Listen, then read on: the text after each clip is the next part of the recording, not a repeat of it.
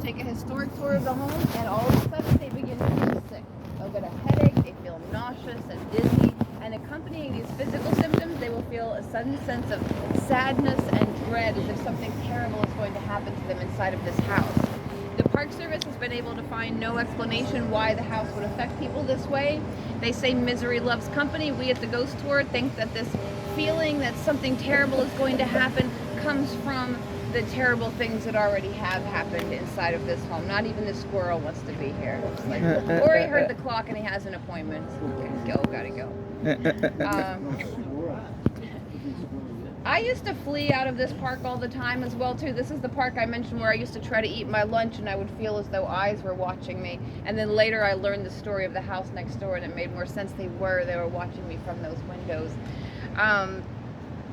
So the house is making people ill, and I have had people on the tour tell me many times that they've taken other ghost tours or visited other haunted sites, and if people have died of illnesses, that's one thing they will report. They'll experience the symptoms of those illnesses. Well, there has been quite a lot of illness and suffering and death inside of this house. In fact, Bishop White and his wife Mary, over the years that they live in this home, they would move in with 5 children. They would have 3 more over the years, so they have 8 kids in all.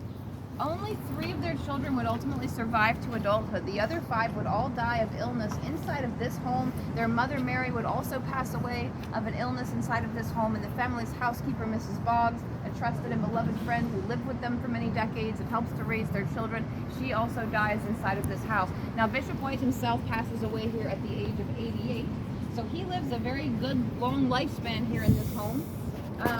And his ghost is actually one of the only 2 that have been identified as recognizable figures here inside of this house. The ghost of Bishop White, who died in his bedroom just off of his study on the top floor of the house at the age of 88. His ghost is seen walking through his study with his head bowed very solemnly, and he vanishes there at the bedroom door just off of the room where he died.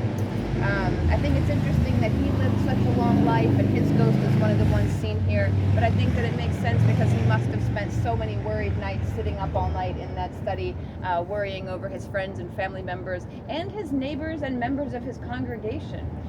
Because as sad as the situation was inside of the home, it really didn't get any better out here. I mentioned the yellow fever epidemic had struck in 1793. At that time, Bishop White and his family had lived in this house for about 5 years. Only 1 year after they had moved in, their youngest child had caught scarlet fever and died. That was the first tragedy to strike the family here in the house. It happens when they just moved into their brand new home, built only 2 years before, occupied only 1. They lose their youngest child to scarlet fever. Now, 4 years later, the yellow fever epidemic strikes. They're living at the time right next door to Dr. Benjamin Rush. This garden behind